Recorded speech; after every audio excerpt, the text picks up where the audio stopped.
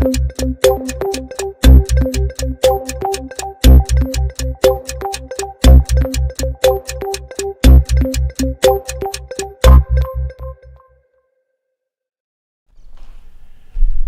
dia, mais um Conversa com o Presidente, dessa vez diferentes, né? O último do ano, e com a ilustre presença da Janja, que veio aqui para, de certa maneira, não simplesmente colorir, mas explicar um pouquinho um lado muito curioso e importante, porque ela, e dessa vez, presidente, você já falou muito esse ano, eu vou começar com ela. Você tem o privilégio um pouquinho de ver o começo do dia, o final do dia, e a conversa de trabalho, e a conversa também pessoal de vocês. Como é que, se você lembra um pouquinho, o ano passado, quando vocês chegaram, e agora, no final desse ano, era o que você imaginava? Não, não era. Eu tinha bom dia, bom dia a todo mundo que está aí assistindo a gente. Hoje, 8h30 da manhã, e esse é o encontro da Conversa com o Presidente com o papo de respeito. Sim, entendeu? Muito importante. Hoje nós estamos fazendo um encontro dessas duas lives. Então, ontem eu estava caminhando, cheguei às 5 horas da tarde, fui caminhar com a Resistência e com a Paris ali fora, e estava tão bonito o alvorada, eu até fiz um vídeo e postei no Instagram.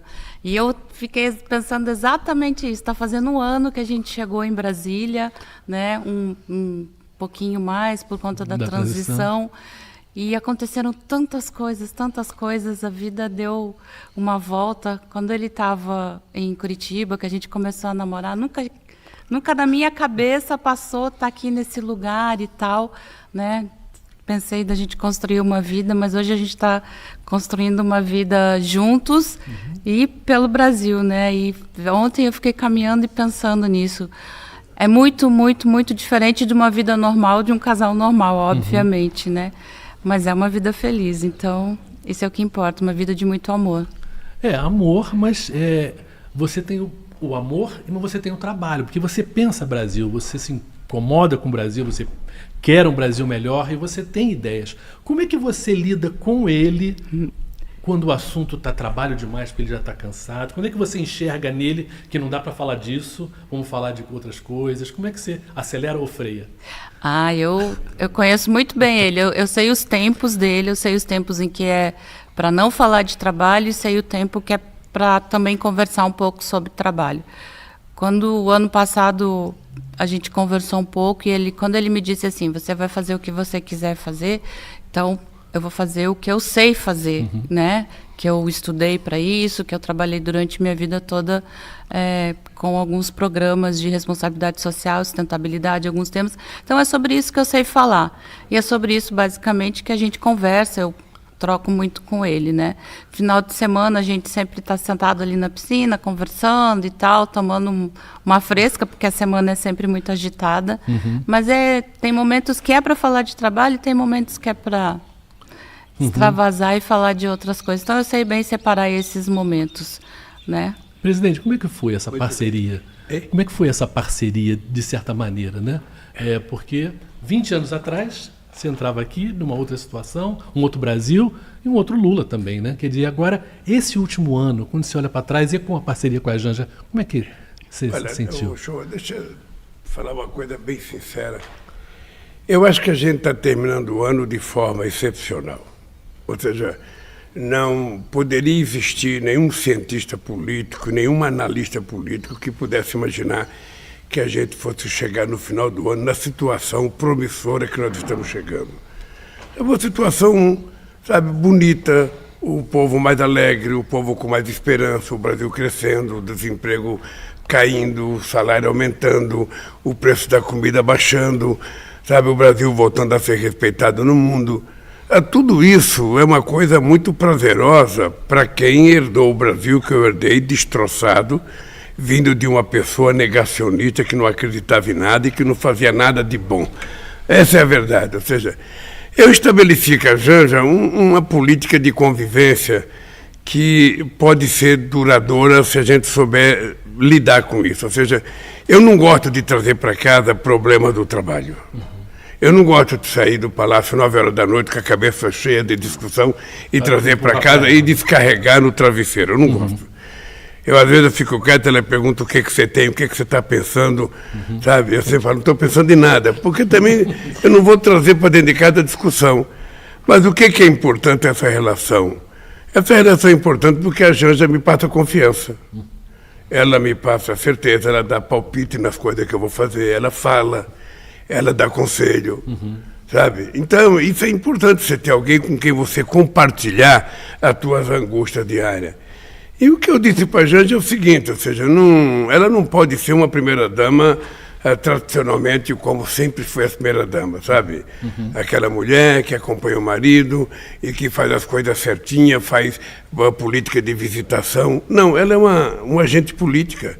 Ela era antes de eu conhecer, continuou sendo quando eu a conheci, era agente política quando eu estava na prisão, foi agente política durante a campanha, ela tem que ser agente política. É por isso que eu disse, você faça o que você quiser, sabe? Cada um de nós sabe as nossas tarefas, as nossas missões. Ela não precisa de cargo para ser importante, claro. Ela não precisa de cargo para fazer o trabalho que ela quiser fazer. Se ela quiser visitar alguém, visitar um estado, sabe, fazer visita ao hospital, ela faz o que ela quiser, discutir os problemas das mulheres, os problemas das minorias. Então eu acho que até agora eu poderia dizer o seguinte, como eu sempre digo que Deus sempre foi muito generoso comigo, Deus foi muito generoso em me dar a Janja, foi muito generoso de dar a compreensão que ela tem, sabe, do tipo de governança que eu faço, e às vezes ela critica, às vezes ela fica aborrecida, ela não torce para o mesmo time que eu, ela torce para o Flamengo, e é uma torcedora chata pra caramba, chata, fala palavrão, xinga, e eu torço para o Corinthians está sempre por baixo, o Corinthians esse ano está muito, sabe... Passou raspando de ano, então, né? Então... Passou raspando de ano, aquele então, nota 5. Eu acho que a gente vive bem. Eu acho que a gente poderia ser modelo, mesmo de exemplo. Times diferentes, a gente vive bem. Não, a gente poderia, quando a gente está assistindo o jogo, eu torço para o Flamengo. Às vezes com o dedo fazendo figa, não, porque eu sou vascaíno no Rio de Janeiro. É verdade. Mas eu respeito, sabe? Ela fica quer ver ela feliz, né? Não, e ela, às vezes ela não tem coragem de ver o jogo, às vezes ela vai para o banheiro e fica lá para não ver na televisão. Eu que fico gritando, gol do adversário. Eu não assisto o jogo mesmo. Eu sinceramente, agradeço a Deus por esse ano. Acho que o governo está indo bem, os ministros estão todos muito dedicados. Acho que o trabalho, sabe, que os líderes fizeram, que o Haddad fez no Congresso Nacional, sabe, foi extraordinário para a gente conseguir aprovar, sabe, tudo que está sendo aprovado. Fazer uma política tributária no regime democrático não é novidade no Brasil. E nós conseguimos isso. Isso não resolve todos os problemas, mas é um passo gigantesco para que o Brasil volte a ser um país civilizado, com crescimento econômico, com distribuição de riqueza e com melhoria na qualidade de vida das pessoas, que é o que eu quero, que ela quer e que o povo brasileiro deseja. Por isso eu estou feliz. Não poderia ter acontecido alguma coisa melhor para mim do que aconteceu esse ano no governo. Deixa eu só complementar o senhor, desculpa. Tem um detalhe bem importante assim, do meu marido, que ele gosta de dormir as coisas. Quer dizer, você tem uma coisa importante para falar para ele, não espere, às vezes, uma resposta imediata. Ele não trabalha assim. Ele gosta de processar, pensar muito bem, para saber muito bem o que vai fazer. Isso nossa, de uma grandeza maravilhosa para não trabalhar no impulso, né? É porque na política tem uma coisa que é o seguinte, tem gente que acha, sabe, tem gente que fica refém do celular, porque ele acha que o mundo não pode prescindir dele 30 segundos, 5 segundos, ou seja, se ele não estiver ali, eu acho que nada precisa ser feito de forma precipitada. Se você tiver tempo de pensar, sabe, repensar, contar até 10, não precisa tomar decisão com 39 graus de febre. Deixa baixar para 36. É quando você estiver tranquilo, você toma decisão. É assim que a minha cabeça funciona. É assim que eu acho que a gente pode fazer o Brasil dar certo. Eu não gosto de coisa precipitada. Eu não gosto dessa coisa agitada. Tem que fazer agora, tem que ser agora. Ou é agora ou não é mais. Não, não tem nada disso.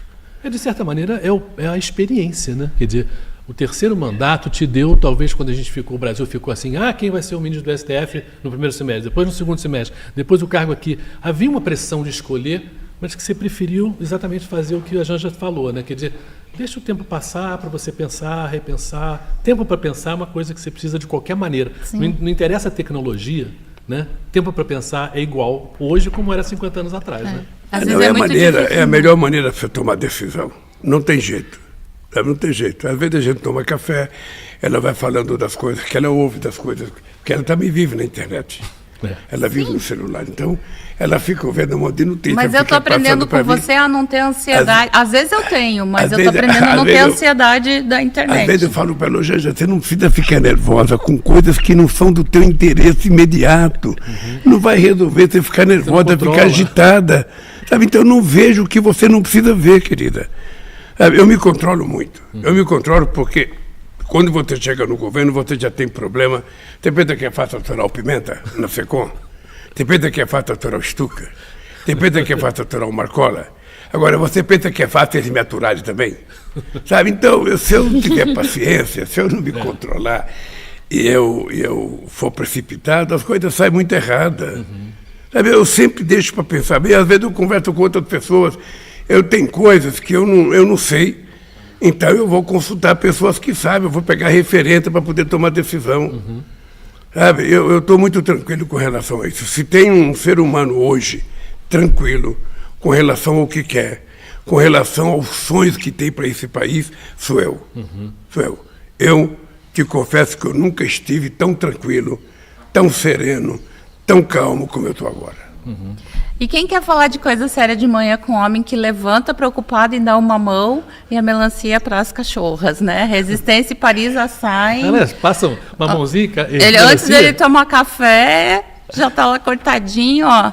Para cada uma, né, amor? Não, as cachorras, elas acordam, elas vão no banheiro me chamar. Elas não param de latir enquanto eu não vou na cozinha. Na cozinha eu dou uma mão, dou melancia. E agora que eu estou comendo batata doce, porque eu não estou comendo mais pão. Tá fit. Eu estou comendo batata doce com leite, que era uma coisa que eu comia quando eu era criança. Hoje ele lembrou da Dona Lindu. Então eu faço um mingauzinho, amasso a batata, coloco um leitezinho, tomo e não como pão, porque dizem que é o carboidrato mais saudável. Do bem. Aquele negócio. Então eu estou fazendo isso. E elas também adoram batata. Eu não sei se vocês repararam como meu marido está bem mais elegante depois da cirurgia, voltou para a esteira, está correndo quase 5 quilômetros por dia. Não, essa é uma das coisas boas do ano, né? Que você vivia com dor aí há 1 ano, 2 anos. Eu vou dizer uma coisa. De repente agora termina o ano com uma perna nova. Eu vou dizer uma coisa que teve momentos que eu não sabia mais o que fazer, me dava até um desespero de eu não saber o que fazer por conta da dor que ele estava passando, sabe? Não tinha creme, não tinha pomada, não tinha remédio, nada que passasse a dor. Ele passou meses com essa dor, né? O discurso que ele fez na ONU, um discurso brilhante, ele fez com muita dor. Né, porque já foi um pouquinho antes da cirurgia. E isso me deixava muito angustiada. E agora eu estou muito feliz. Eu ontem falei para ele, estou muito feliz, amor, porque você está correndo, que é o que ele gosta, de correr na esteira. Não sei se você sabe que em 580 dias ele corria 4 horas por dia, ele ficava na esteira. Eu acho que estragou esse fêmur muito lá, mas, enfim, hoje ele está outro homem. Há uma coisa que é interessante, que quando você está bem com a vida, você está bem com a sua parceira, você está bem com o teu mundo. Eu tenho consciência da importância que nós temos nesse momento histórico do Brasil. Tenho consciência das falhas, tenho consciência das virtudes. As pessoas costumaram dizer outra vez que eu tenho sorte. Ou seja, toda vez que eu ganho as eleições, a pessoa fala, o Lula tem sorte, porque a coisa vai dando certo. Ora, se é verdade que eu tenho sorte, o povo deveria me eleger para sempre. Porque esse país está precisando de tanta sorte, que a gente não poderia sair mais. Mas eu acho que é assim, olha, eu vivo com a minha cabeça muito leve, muito feliz, muito... Eu tenho na cabeça tudo o que eu quero fazer para esse país. Eu tenho na cabeça tudo o que eu acho que o povo precisa. Eu já conversei demais, eu já escutei demais, eu gosto de abraçar as pessoas. Ontem eu fui no Amapá e teve uma senhora, uma afrodescendente, uma mulher negra, bonita, alegre, a mulher do pulinho. Sim. Mas ela falou tão bonito, ela ganhou a cara, ela estava numa emoção. Aquela mulher, eu pensei que ela fosse explodir de emoção. De alegria, né? Sabe? E ela, falava em Deus toda hora, e falava da fé dela, e falava da alegria dela. Sabe, então eu fui visitar a casa da outra mulher com 2 filhinhos, grávida do terceiro, o marido desempregado, mas a alegria dela de ter um ninho dela. Ela lá, amor. Sabe? Essa mulher foi espetacular. Sim. Chegou em casa ontem, eu falei, pulando já tá dando pulinho. E ela me fez dar um pulinho. É? Ela me fez dar um pulinho. Sim. Que bom que deu para dar esse pulinho. Então o país está nesse nível. O país está nesse nível, eu acho que as coisas estão tudo se encaixando. E a Janja é muito importante nesse processo para mim. A tranquilidade que ela me passa, mesmo quando faz cobrança que eu sei que são pertinentes. Na hora você sabe que o marido sempre reage à cobrança, né? Eu sei assim. Sempre reage, sempre reage. Sei que é isso. A gente sempre acha que a gente está certo. Mas depois... eu também vou contar que ele também sempre, às vezes, quando acontece isso, aí eu sei o momento de me calar e eu sei também que ele vai refletir o que foi que eu falei, Sim. o que foi que ele falou. E aí a gente sempre volta num tom mais ok. Sim. Então vamos. Você planta uma ideia repor. e deixa germinar. Porque eu imagino tanto de gente que fica na orelha do meu marido, né? Então. Eu, sinceramente, eu não quero duvidar da vida de ninguém. Eu não convivi pessoalmente com os outros presidentes. Mas eu vou contar uma coisa para você. Eu acho que essa casa aqui, onde a gente está agora, Palácio da Alvorada, nunca teve a porção de amor que está tendo agora para governar. Sim. Acho que nunca. Você daqui dessa casa, sabe, o que sai para fora é felicidade, é esperança, é amor, é carinho, que é assim que a gente se trata. Sabe? Porque senão não tem jeito de sobreviver, cara. Claro. O mundo está muito perverso, está muito violento. O mundo está muito bruto, as pessoas se xingam por qualquer coisa. As pessoas divergem por qualquer coisa. Aqui em casa, eu e a Janjinha estamos em paz. Em paz, abençoado por Deus, sabe? Admirando a natureza e cuidando do nosso povo. Eu tenho certeza que vai ser 4 anos de muita alegria, de muita felicidade. Eu, às vezes, fico muito puto da vida. Estou falando a palavra puto de verdade. Tá? Eu fico muito da vida com as pessoas que atacam ela pela internet. Eu fico puto porque eu nunca falei da mulher de um presidente, da mulher de um deputado, da mulher de um vereador. Uma covardia, né? Então, eu acho que é uma canalhice a pessoa que faz isso. Então, eu fico puto por ela. Sabe? Eu, às vezes, nem falo para ela que eu estou puto, para ela não ficar achando que eu estou fazendo alguma crítica. Mas as pessoas são muito desagradáveis, as pessoas baixam muito o nível. As pessoas estão virando desumanos. Sabe? Então, eu e ela vamos servir de exemplo. Sabe? Nós vamos servir de exemplo na concordância, nas divergências. Esse país precisa que a gente esteja bem.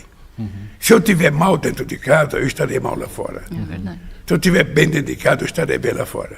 Janja, vamos falar disso, porque eu acho importante, porque há um consenso, eu acho que não só no nosso país, mas em outros também, de que as redes sociais, de certa maneira, perderam a mão. Quer dizer, ficou um lugar, em grande parte, de muita agressividade, de muito ódio, de muita violência, uma coisa que o presidente já tocou aqui em outros momentos, mas assim, chega uma hora que tudo é regulado, né? Tudo tem um limite. E parece que ali não tem limite. Quer dizer, há uma sem cerimônia em se sair xingando as pessoas, sem o mínimo de respeito, né? Que é o que a sua caneca mostra, o seu programa mostra. Quer dizer, que é uma coisa que a gente tem que lidar com isso, a gente tem que conversar sobre isso se a gente quer uma sociedade que permita esse nível de violência, né? Eu acho incrível, porque, até falando um pouco como socióloga, a gente, né, aprendeu a criar regras de convivência na sociedade, né, na evolução da humanidade. E hoje, quando a gente fala em regular um sistema que faz parte do nosso mundo hoje em dia, as redes sociais, a internet, o que seja, né, as pessoas reagem. Por quê? Como regular? Mas a gente vive numa sociedade toda regulada. Por que que esse nicho ficaria fora disso, né? O show que aconteceu semana passada, eu já estou, como eu disse, né, na nota que eu fiz, né, é ruim, mas a gente se acostuma a receber ódio pelas redes. As mulheres se acostumam ainda a mais receber... as mulheres, né? Ainda mais as mulheres, a receber ódio pelas redes. Mas o que aconteceu semana passada foi muito mais invasivo, foi... Eu não consigo nem te dizer. Aí, de manhã cedo, na terça-feira, eu passei quase que a madrugada trocando senha de quase todas as minhas coisas por segurança e tal. Quando eu acordei, eu olhei para o meu marido, apesar de tudo, eu falei, Não é no ombro dele que... E eu tava com vontade de chorar. Eu falei, não é no ombro dele que eu tenho que chorar. Aí eu só consegui chorar quando as meninas que trabalham, minhas amigas e que trabalham comigo, chegaram aqui, que eu consegui chorar, porque só uma outra mulher para entender o que eu estava sentindo naquele momento, entendeu? Então, e eu fico imaginando, eu que, né, hoje, por conta de estar nesse lugar que eu tô, sou uma pessoa pública, foi tão difícil a gente...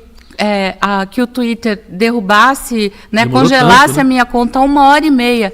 E eu falo, por 1h30, o seu Elon Musk ficou muito mais milionário, né, com aquele ataque. É essa que é a questão. Sim. A gente ganha dinheiro com essa agressividade, com esse ódio, né? Não só a regularização das redes, mas a gente precisa discutir a monetização dessas redes sociais, porque hoje não importa se é do bem ou do mal, eles ganhando dinheiro, tá tudo bem, né? As redes sociais, hoje eu falo, eles estão acima de qualquer coisa, acima de regras, acima do famoso mercado. Então, eles estão lá flanando. E eu acho que a gente precisa, de alguma forma...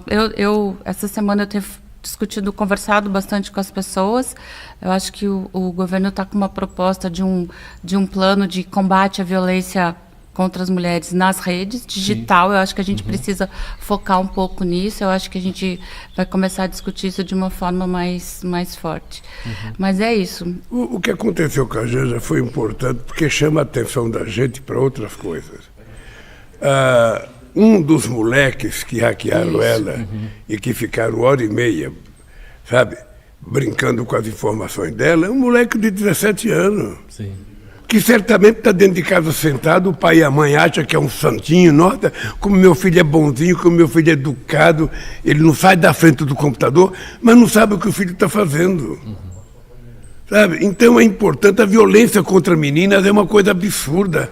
O abuso de fotografia, de filme de meninas, manipulação de imagem. Sabe? É um negócio assim que é criminoso, não dá para a gente não tratar isso como uma coisa criminosa.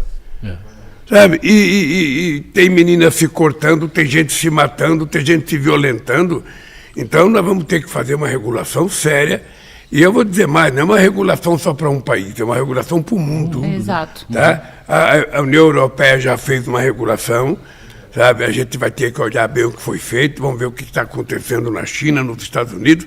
Mas é preciso que o mundo tome cuidado com isso. Sabe, o mundo já era preconceituoso contra a mulher, o mundo já era preconceituoso contra o negro, o mundo já era preconceituoso contra o pobre. Agora, com a internet, virou hiper preconceituoso, porque as pessoas transformam o seu preconceito pessoal, sabe, para milhares de pessoas ou milhões de pessoas.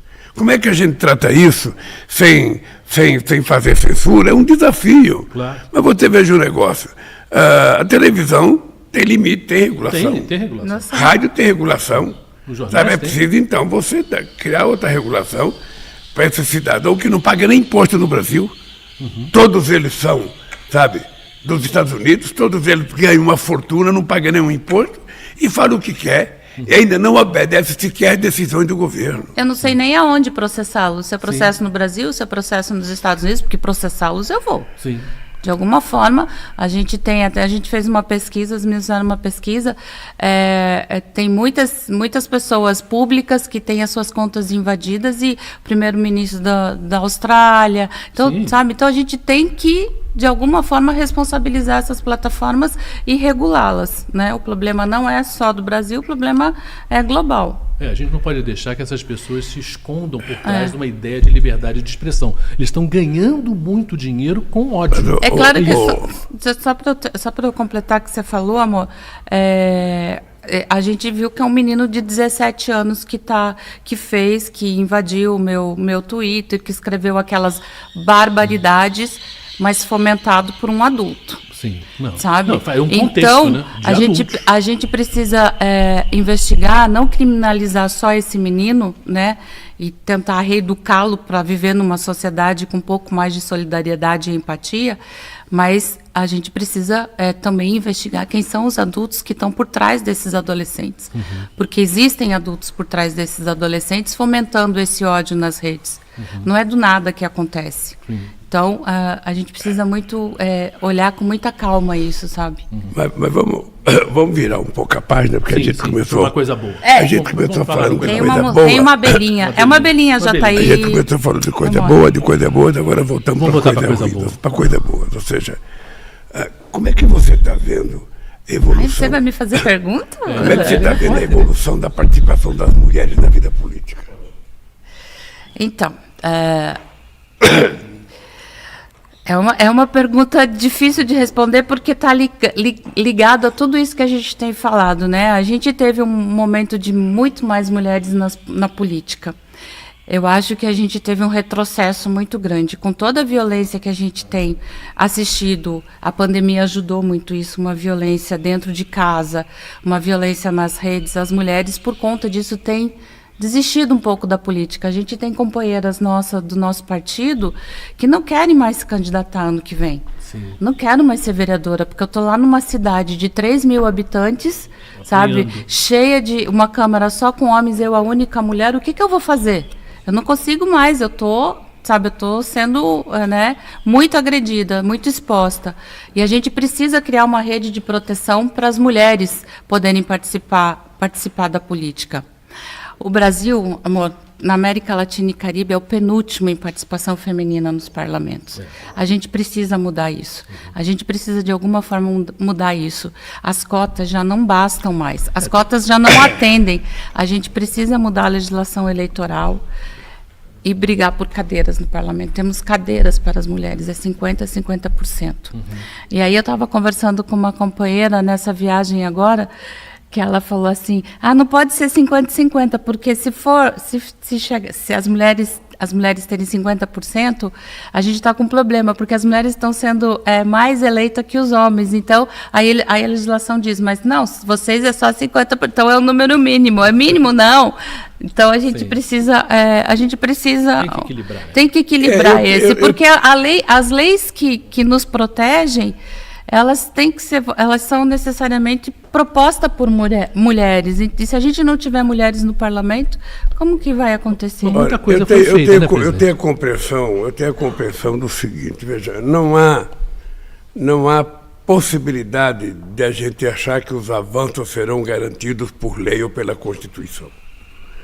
Você pode definir como o princípio bate na Constituição, sabe? As pessoas vão ter isso, vão ter aquilo. Mas entre você propor e a coisa acontecer, leva um tempo. Eu vou te dar um exemplo concreto. Quantos partidos de trabalhadores tem no mundo? Quantos operários chegaram à presidência da República no mundo? Veja que não é pouca coisa, não. O PT nasceu com 8 anos. O PT foi o segundo colocado em 89, o segundo colocado em 94, o segundo colocado em 98, o primeiro colocado em 2002, o primeiro colocado em 2006, o primeiro colocado em 2010, o primeiro colocado em 2014, o segundo colocado em 2012, o primeiro em 2022. Esse é um fenômeno que pode acontecer com qualquer segmento da sociedade. Eu tenho dito o seguinte, as mulheres, elas só vão ocupar os espaços quando você tiver centenas e milhares de mulheres convencidas que tem que brigar. Sim. Porque as conquistas jamais serão concedidas. Em nenhum momento da história uma conquista foi conquistada na base da luta. E vai ter um dia que as mulheres serão maioria. Elas já são maioria na sociedade. Mas o problema é que nós temos milênios de cultura. Olha a discordância. Não, é que nós temos milênios de cultura machista. Sabe, lamentavelmente é isso. Nós temos milênios de cultura machista. Nós temos séculos, sabe, de cultura escravagista. Essas coisas você não consegue mudar do dia para a noite ou com uma lei. Não. A lei ajuda. Nos Estados Unidos, quando houve em 1975 a conquista dos direitos civis, mas ainda hoje o preconceito está lá. Sim. Ainda hoje um soldado branco se ajoelha no pescoço de um negro e mata ele. Sabe? Então é uma coisa mais profunda que está na mudança, sabe? Eu acho que até genética do ser humano. Eu concordo com você, amor, mas talvez Obrigado pela concordância. Mas um pontinho de discordância que eu tenho é Sim, nós mulheres precisamos lutar e sabemos lutar as nossas lutas. Não precisa ninguém dizer pra gente o que tem que fazer. Mas enquanto os homens não entenderem que essa é uma luta de todo, enquanto os homens não forem parceiros na luta das mulheres com relação à participação, né, delas, e não é que os homens estão concedendo espaço, é serem parceiros mesmo, para convencer outros homens. Porque é muito difícil uma mulher convencer um homem, é muito difícil. Sabe? Eu sou fácil de ser convencido. Nós estamos numa discordância. Entendeu? Então a gente precisa muito dos homens do nosso lado. A ministra Cida, numa reunião ministerial, ela falou isso. Ela falou assim, olha, enquanto vocês não estiverem do nosso lado nessa luta, vai ser muito difícil. Então, é claro, nós mulheres sabemos lutar nossa luta, mas somos homens e mulheres na sociedade, então a gente precisa muito caminhar lado a lado. Os homens precisam entender, sabe, que isso é importante, que a gente precisa de uma sociedade diferente, né? Então, mas, Janja, deixa eu contar uma experiência bem sucedida para a Janja. Nas greves de 78, 79 e 80, a gente convocava só os trabalhadores para a Assembleia. Você deve ter ido a alguma Assembleia, era 99% homem. A gente começou a perceber que a mulher dentro de casa estava virando adversária do marido que estava em greve. Por quê? Porque ela recebia informação na rádio, na televisão, de que o marido vai ser mandado embora, de que o marido vai ser prejudicado, de que vão cortar a conta da luz dele, porque vão cortar a conta d'água. Então ela passava a chegar em casa e o marido chegava e falava, pô, você tem que parar com essa greve, nós vamos nos prejudicar. Exato. Aí o que eu resolvi? Eu resolvi, nas assembleias, sabe, fazer uma convocação para que as companheiras mulheres fossem para a Assembleia, junto com os maridos, para elas perceberem que a luta era delas também.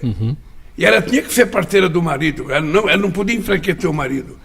E o resultado foi extraordinário. É igual agora. É a mesma coisa só que eu estou falando. Lado, né? É a mesma tem coisa. Que falar mais vezes.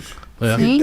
Sim. Vai pro estado Eu da falo. Vila Euclides. Eu falo. Eu É a quero mesma ver. coisa. Eu quero ver se Por ela- que a Marcha das Margaridas a gente não podia ter um bloco de maridos, de companheiros ali marchando junto com elas? A marcha é das Margaridas, mas por que eles não estão ali, sabe? Apoiando. Ó, tô aqui te As apoiando. caras não deixam.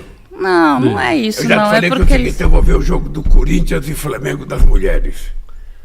Quando o futebol feminino do Corinthians for jogar com o Flamengo, eu e você vamos assistir. Vamos. Porque eu quero ver os Corinthians. Mas dar você uma fica lá na torcida do Corinthians e eu na fico torcida do Flamengo. Que é muito maior que a do Flamengo. Infinitamente maior. Não, amor, não vamos entrar nessa discussão, porque o show é carioca, possivelmente não é flamenguista. Sou. Mas olha, 2-1 perdeu. nós estamos chegando no final de ano. Um ano muito, muito trabalhoso. Eu estou muito feliz também porque eu fiz a cirurgia. Essa cirurgia, eu vou te contar uma coisa.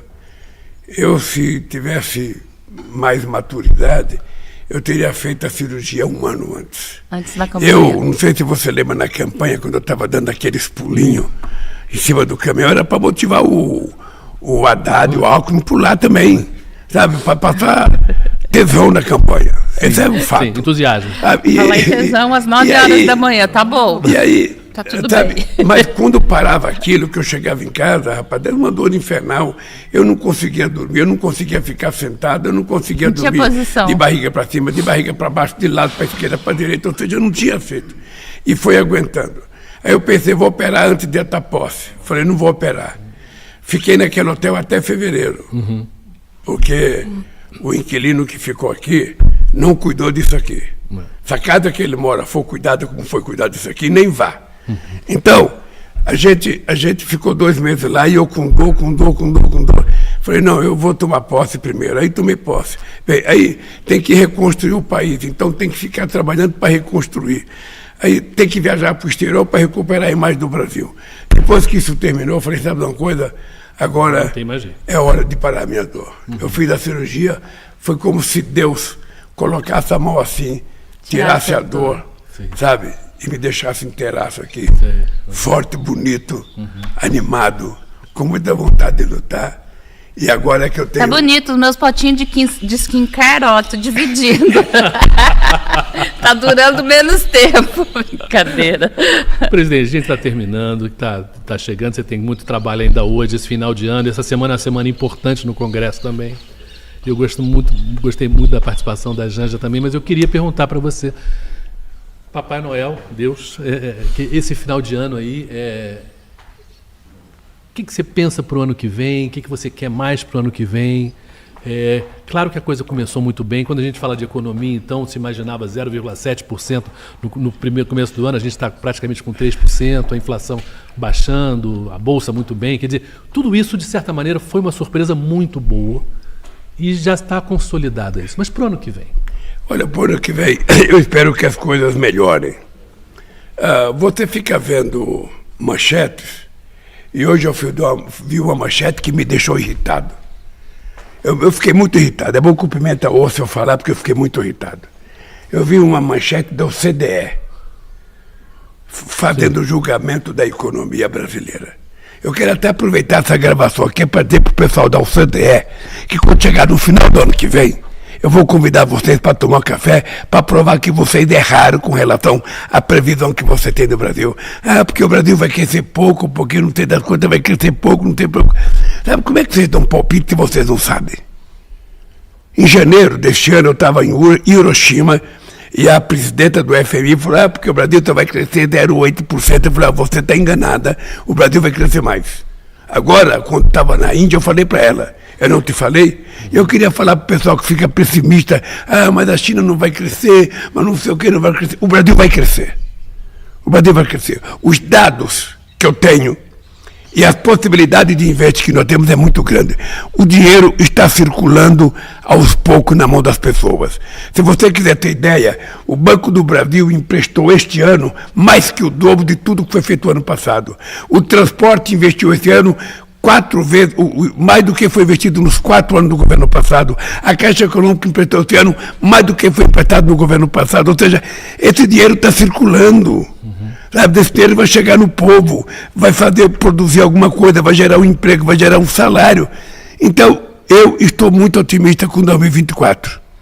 Não peçam para mim ficar pessimista, porque aqui não cabe. Nessa cabeça aqui, olha, eu fiquei otimista quando eu deixei de morrer até 5 anos de idade de fome em Pernambuco. Quando eu escapei da fome, eu falei, agora nada me segura. E quando eu falo para Deus que eu quero ver 120 anos, é porque eu tenho disposição de fazer com que esse país, o povo consiga subir a escada inteira. Esse país não pode continuar assim. O povo sobe um degrau, cai outro degrau. Sobe um degrau, a gente nunca chega no fim da escada. E eu quero que esse povo chegue no fim da escada. Eu quero que esse povo chegue, eu quero que esse povo conquiste direito. Eu quero transformar esse país num país de classe média, em que as pessoas possam comer bem, se vestir bem, viver bem, passear bem, cuidar da sua família. Sabe, eu quero que a família viva em harmonia e nós vamos construir esse país. E 2024 é um desafio para mim. Agora se prepare, porque eu viajei muito para o exterior em 2023. Mas o ano que vem, quem tiver com saudade do Lulinha, se prepare, porque eu e a Janja vamos percorrer esse país. Vai dar muito pulinho. Vamos percorrer, vou dar muito pulinho por aí, porque o país precisa de ânimo, precisa de motivação, e eu quero abraçar cada pessoa, beijar cada pessoa e falar, vamos que vamos. Quem tiver com ódio, fica para lá. Vamos colocar para escanteio. Esse país vai se transformar, sabe, num país de muita harmonia, de muito carinho, de muita fraternidade. E esse vai ser o 2024. Vai ser do ano de 2024, vai ser o nosso ano. Se preparem. Se preparem, porque as coisas vão acontecer mais forte nesse país. E aqui desse palácio, o que sai daqui para fora é carinho, amor e muito amor. Nós temos um compromisso de vida, não apenas conosco mesmo. O nosso compromisso de vida é passar a felicidade que a gente tem para o povo brasileiro. Por isso eu queria desejar Feliz Natal a todos vocês que vão assistir esse programa e estão assistindo, a todas as pessoas idosas, um beijo no coração, as crianças, um beijo na testa, as mulheres, um beijo no coração e felicidade para todos vocês. Tá? Aqui, eu e a Janja, juntos, até o fim. Um beijo, gente. Bom Natal. Feliz Ano Novo. Que todo o amor que vocês sentem aqui a gente possa espalhar pelo Brasil e pelo mundo. É isso. Valeu, uma picotinha aqui. Pronto. Fim.